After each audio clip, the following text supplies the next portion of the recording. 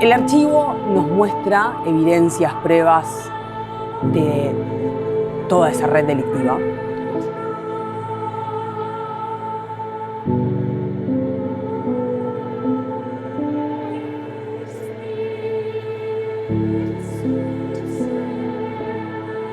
Pero también nos muestra, abrió una puerta a cómo funciona una élite mundial como de la que él participaba.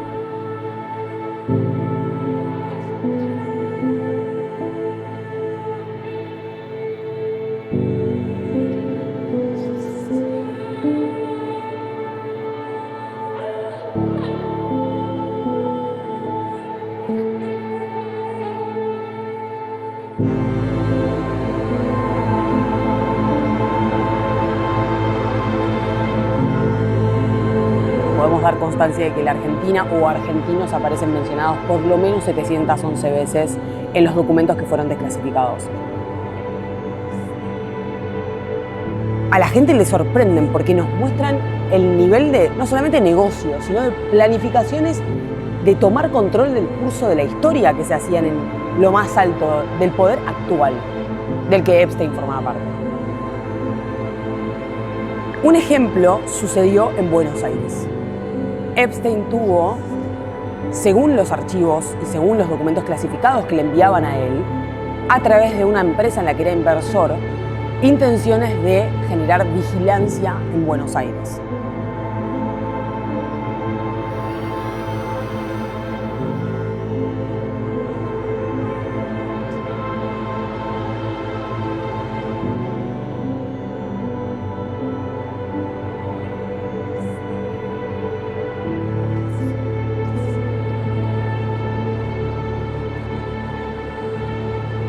Some breaking news right now. Disgraced financier Jeffrey Epstein has taken his own life while he was behind bars here in New York City. Jeffrey Epstein committed suicide overnight.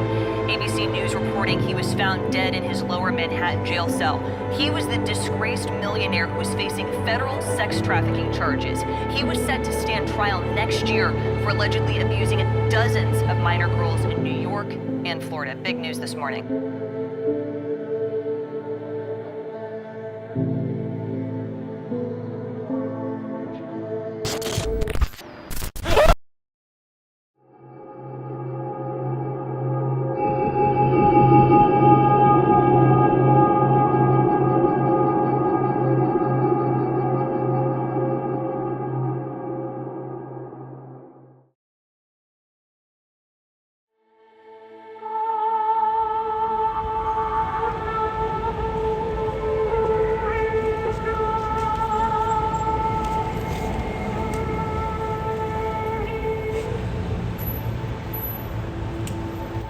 Jeffrey Epstein muere el 10 de agosto de 2019 mientras estaba detenido en un correccional de Nueva York. Estaba esperando que empiece el juicio en que se lo acusaba de tráfico sexual de menores. A él lo encuentran inconsciente en la celda y se lo llevan al hospital, donde los médicos forenses dicen que se suicidó, que se ahorcó. Esta es hasta hoy la versión oficial de los hechos.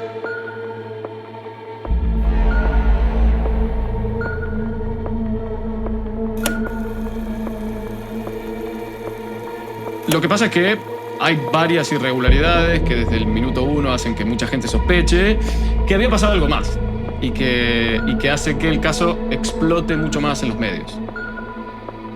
Epstein tenía que estar vigilado para prevenir que no intentara suicidarse, sin embargo ese control se retiró, las cámaras de vigilancia no funcionaban, hubo contradicciones en lo que se veía y en lo que no. Y además de todo esto, se descubrió que dos de los funcionarios que tenían que hacer las rondas nocturnas habían falsificado documentos diciendo que las habían hecho cuando en realidad no las hicieron.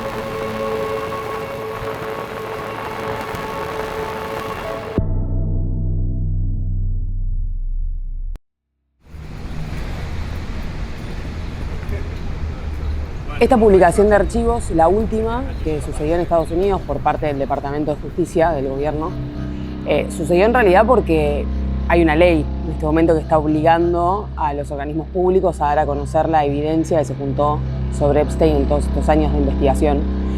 Es un punto muy polémico por muchos motivos. principalmente porque no se publicaron todos los archivos.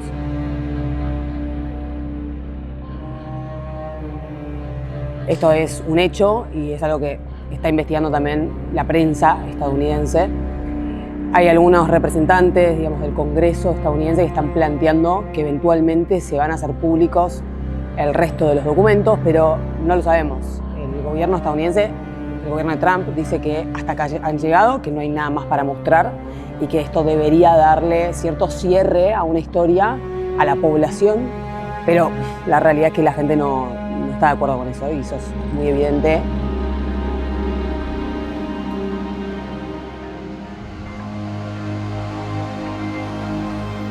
Y una cosa más, que es importante contextualizar esto, la forma en la que se dieron a conocer los archivos también generó mucho descontento. ¿Por qué? Porque se taparon nombres, se taparon remitentes de mensajes fuertísimos, se tapó quién los envió, pero no se tapó el nombre de víctimas, de potenciales víctimas. Es decir, cuando vos mirás un archivo, te encontrás con que una persona que está hablando potencialmente de cuestiones sexuales relacionadas a un niño tiene tapado su nombre, pero el de la víctima potencial no. Entonces, hay cuestiones legales involucradas, por supuesto que documentos así fuera de contexto necesitan ser investigados a fondo y con eso se escudan en decir que tapamos el nombre de los remitentes o de quienes participaban de determinadas reuniones, eventos, pero si no van a ir a fondo, la gente merece saber quiénes participaban de esas conversaciones. Y por otro lado, hay una responsabilidad, y por lo menos de la investigación que hemos hecho nosotros, hay una responsabilidad de no revictimizar, con lo cual, personalmente, tapé el nombre de las víctimas cada vez que encontré una evidencia de que podían haber caído en la red de Epstein.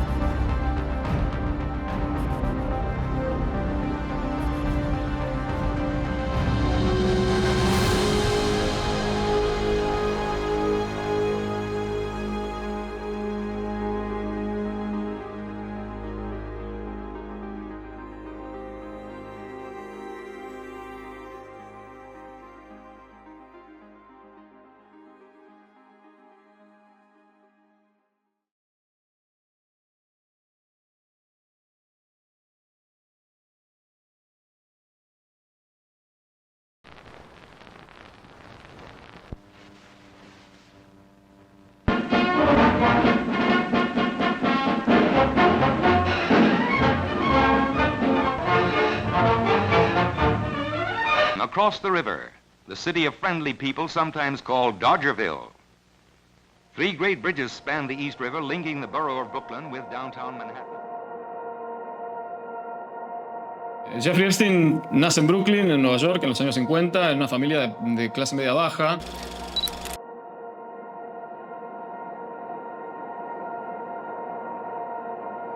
No hereda fortunas, no tenía contactos, o sea, creció afuera de ese círculo de poder que después se le iba a conseguir. Primero se mete a trabajar en la Dalton School, que era una especie de colegio privado de Manhattan bastante exclusivo, y ahí conoce a Alan Greenberg, que era un ejecutivo de Bear Stearns, que es un banco de inversión ahí en Manhattan. Y Alan Greenberg lo mete de lleno en el mundo de las finanzas.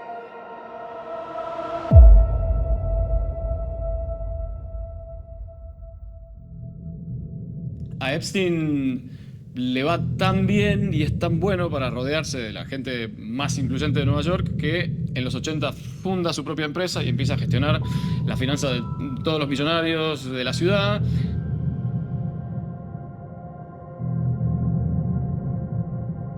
Esto obviamente le abre las puertas a la élite de Nueva York, a los políticos, a los académicos, a los famosos y hasta miembros de la corona británica.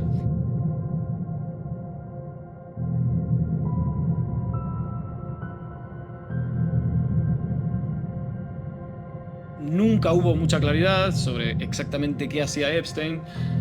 Hacía gestión patrimonial, hacía asesoramiento fiscal. No se sabía qué tipo de operaciones hacía, cuál era el volumen real de los activos que manejaba. Entonces siempre hubo como un halo de misterio con eso. Trabajaba con estructuras en paraísos fiscales. Esto obviamente que llamaba la atención. Muchos periodistas hacían preguntas sobre lo que hacía Epstein.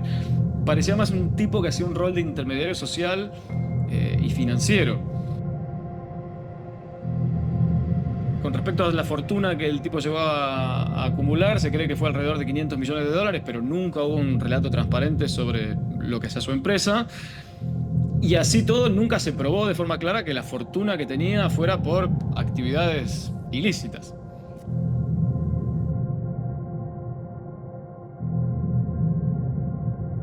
Lo que es obvio es que lo que hacía Epstein era bastante estratégico. O sea, él ayudaba a sus amigos en el mundo tecnológico, les presentaba inversores, a los científicos le conseguía patrocinios, era como una especie de mecenas intelectual. Cuando en un momento él se muda a Palm Beach, en Florida, Epstein lo primero que hace es hacer una donación de $100.000 a la policía, como para estar ahí, ¿no? Él parecía ser un tipo con mucho dinero, era bueno con todo el mundo y además tenía propiedades en Nueva York, en Florida, tenía hasta la archiconocida isla privada donde muchos de estos personajes súper conocidos y muy poderosos iban de visita.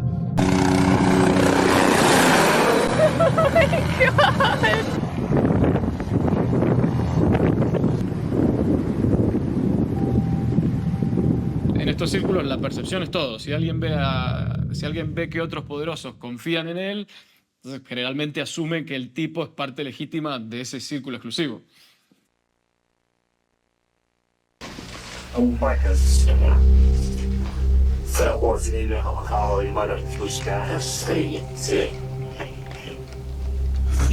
We're police officers in Palm Beach County, Florida. The Commissioner of the Florida Bureau of Law Enforcement or any of his...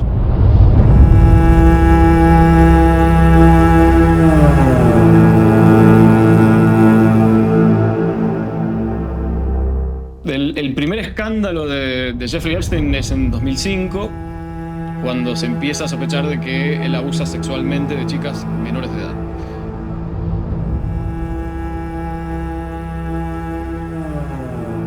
La policía descubre una cantidad de chicas que venían de hogares vulnerables en la zona, familias de clase baja, a las que Epstein contactaba y les ofrecía pagarles a cambio de masajes.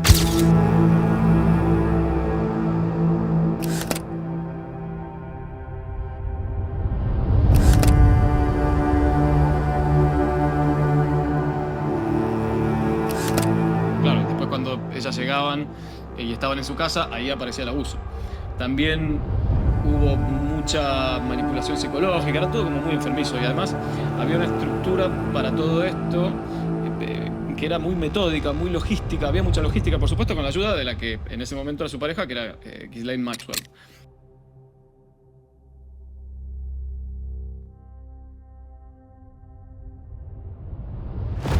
A Epstein lo acusan de esto en el año 2006 y 2 años después el proceso se termina de golpe con un acuerdo extrajudicial que lo favorece a él porque él tenía mucho más poder y conexiones que las familias de las víctimas.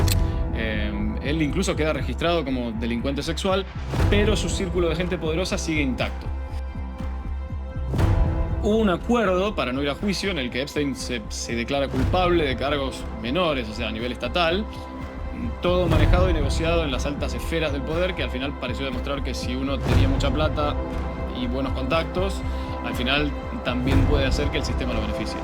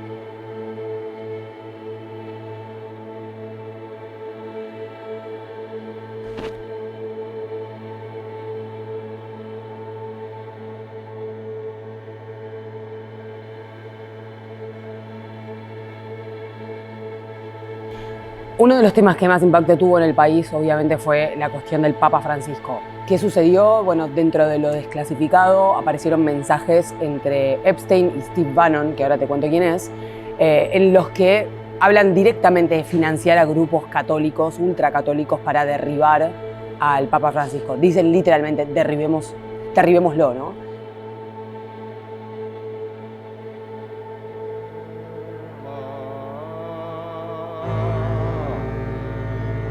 Bueno, Steve Bannon fue clave durante la primera campaña presidencial para que Trump llegue a la Casa Blanca. Y en la segunda también lo hizo a través de, por ejemplo, un podcast que se llama The War Room. O sea, piénsenlo como un estratega ultraconservador, ultracatólico, que tenía intercambios con Epstein en los que hablaban de la necesidad de bajar del juego, digamos, a figuras internacionales como podían ser Xi Jinping, Hillary Clinton o el Papa Francisco.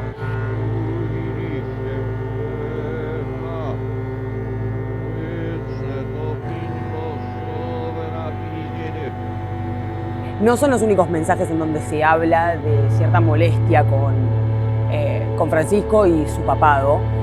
No sabemos cuánto se avanzó en realmente financiar a esos grupos o en llevar adelante un plan para bajarlo de su asiento, ¿no?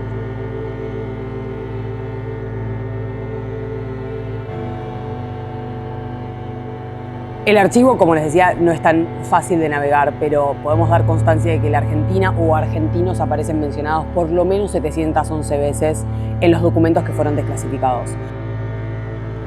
La conexión con Argentina, una conexión que no deja de crecer. El alcance que tuvo en la Argentina el escándalo y el caso Epstein. Pagos de Epstein a Roberto Giordano. Hicimos varios hallazgos de nexos con algunos argentinos, como pudo haber sido el caso de Roberto Giordano, porque aparecieron pagos hechos a su cuenta, o el caso de Fred Machado, el financista de la campaña de José Luis Espert y una persona investigada por narcotráfico, con quien hubo negociaciones para la venta de una aeronave. Es decir, encontramos vínculos con varias personas.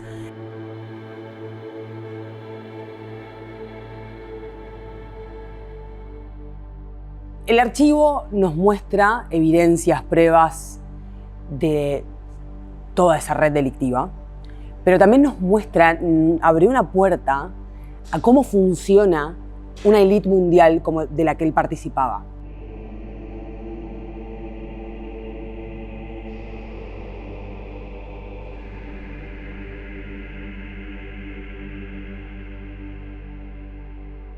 Y que sigue hoy vigente en realidad. Justamente por eso todos los días estamos viendo una renuncia distinta, porque son personas que hoy están en el poder. Hablamos de Larry Summers, el ex secretario del Tesoro, expresidente de Harvard y miembro del directorio de OpenAI, que anunció que se retira de todos sus compromisos a nivel público luego de que se revelaran correos electrónicos que mantuvo él con Jeffrey Epstein.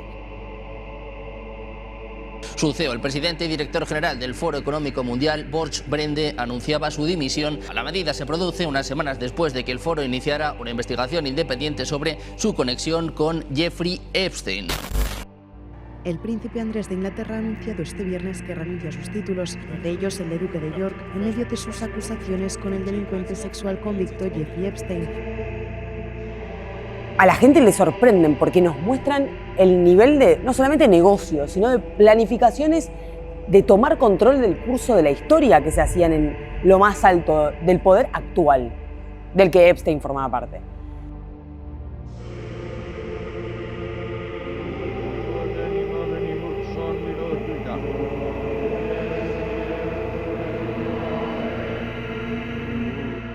Pero tal vez una de las cosas más sobresalientes de esta investigación tiene que ver no con su red de relaciones personales, sino con otra cuestión. Un ejemplo sucedió en Buenos Aires. Epstein tuvo intenciones de generar vigilancia en Buenos Aires. Epstein fue uno de los inversores de una empresa llamada Reporti. Esta empresa pretendía ser y se mostraba como una empresa que venía a traer tecnología nueva vinculada a la seguridad de las ciudades.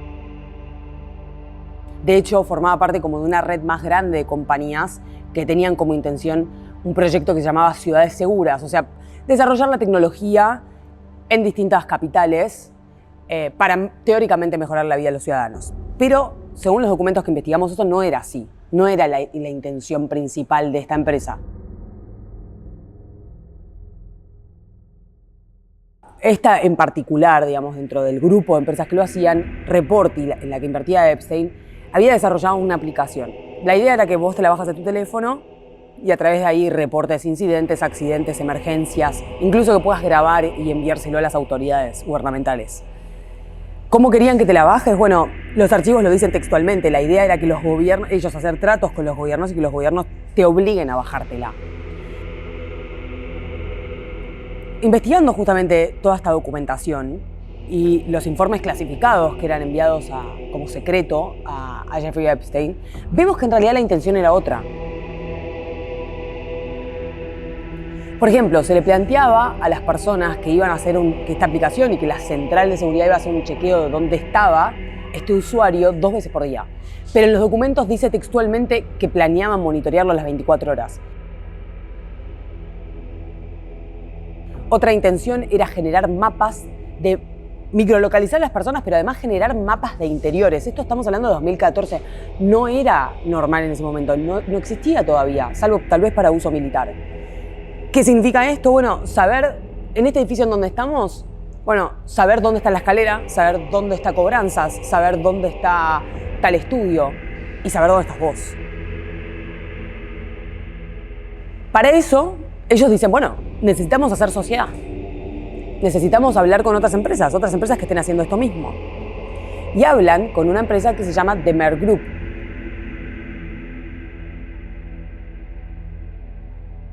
The Mer Group es una empresa que ha sido objeto de varias polémicas en el mundo porque justamente se la ha acusado de hacer vigilancia de la población civil. Y aquí cómo llegamos a Buenos Aires. A través de un reporte clasificado que fue enviado a Epstein, a través de un informe que fue enviado a Epstein, vemos que no solamente estaban en conversaciones con The Mer Group, sino que sabían que The Mer Group ya estaba comenzando a operar en Buenos Aires.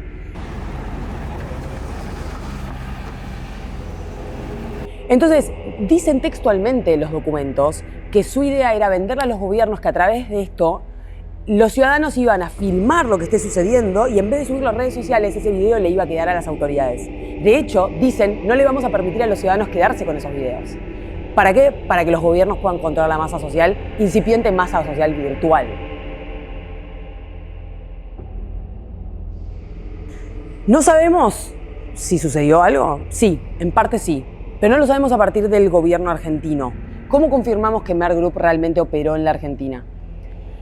A través de un video de ellos.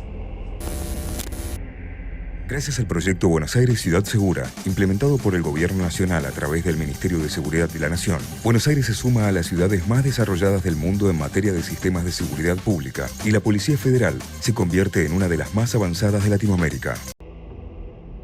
El epígrafe decía, Buenos Aires Ciudad Segura, proyecto desarrollado por Mer Group que moderniza sustancialmente los recursos de la Policía Federal. Patrulleros tecnológicos, cámaras online, computadoras móviles, monitoreo virtual y mucho más, acercando la ciudad a una Smart City.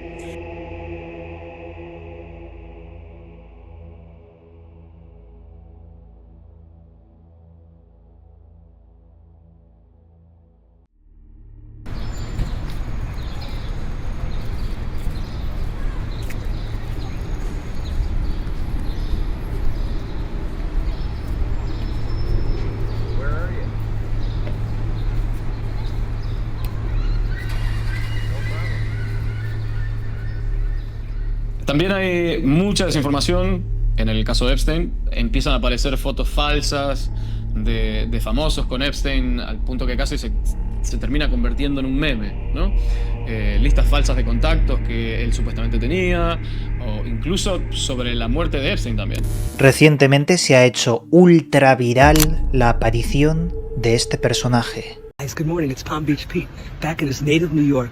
Y dice que en los 90 él coincidió con Jeffrey en una fiesta. When I was living in the city, I went to a couple of parties and Epstein was there. Y la gente está diciendo que dijo eso como para justificar que ahora se junta con gente que Jeffrey conocía. En los videos de Palm Beach Pete diciendo yo no soy Jeffrey Epstein, déjenme de molestar, hay muchas cosas de Epstein. Si la parte inferior de los dientes coincide tanto con la de Epstein y el señor Pete. Este video es la casa de Jeffrey Epstein. No, dale. Es la quinta de Palm Beach. and you can see like pretty much Así the como vimos history que you en can see in your Pixar face. había cosas que se repetían, si ves y prestas atención al fondo de este video, El fondo de este video es la casa de Jeffrey Epstein. El caso en sí es una narrativa casi perfecta para el que desconfía del sistema. Y mucha gente lo cree porque la teoría conspirativa es sexy, es convincente porque te da la historia entera, ¿no? Te llena esos vacíos de información. Hay villanos, hay intención, hay encubrimiento. No nos olvidemos de que la teoría conspirativa es sexy porque a uno lo hace sentir que tiene más información que el resto de la gente. Bueno, de la misma manera que hay mucha gente que está donando de su tiempo para obtener la verdad, también hay muchos que sacan fake news. Y eso también habla del nivel de riesgo que hay cuando no hay periodismo profesional siendo la fuente principal de información, porque es muy fácil, de la misma manera que deberíamos poner el foco sobre las personas responsables o los que deberían ser investigados por los hechos, tal vez se pone el foco sobre alguien que no tiene nada que ver o que simplemente fue una fiesta. Y eso es un problema, porque ¿sabes qué? Cuando son todos malos, nadie es malo. Cuando todo parece verdad, nada es verdad. Si a esto le sumamos el hecho de que los algoritmos de las redes sociales premian este tipo de contenido, o sea, el contenido que despierta emociones fuertes, como puede ser la bronca o el miedo, se viraliza mucho más que un expediente judicial. Entonces, ya la gente no sabe qué creer. Las personas tienen sus trabajos, tienen sus vidas. ¿Esto les importa? Sí, claro. Pero no tienen la posibilidad de estar todo el día chequeando la información. O sea, ven que Pirulito apareció en los archivos. Lo vio tal persona en una cuenta de Instagram, una cuenta de Twitter, de TikTok, de lo que sea. No se va a poner a mirar el archivo a ver si realmente aparece. No es su función social, no es su trabajo. Personalmente, si tuviera que resumir el caso Epstein con una lección para el periodismo, diría que a veces los hechos o la verdad compiten con narrativas más simples y más emocionales que se construyen gracias a los algoritmos y que llevan a conclusiones o a explicaciones que a uno lo dejan satisfecho, pero que al final son totalmente falsas. Entonces hay una de dos opciones. O esa persona deja de creer todo, entonces para esa persona nadie va a haber sido responsable, o son todos culpables. No creo en absolutamente nadie. Creo que eso es muy peligroso. Lo que sí queda claro es que mucha gente necesita una especie de cierre del tema y a lo mejor hay que aceptar que no lo vamos a tener nunca. O sea, así es la vida. La vida no funciona como una serie de televisión. Creer que algo es falso porque es incompleto es un error que seguramente nos lleve a una conclusión errónea.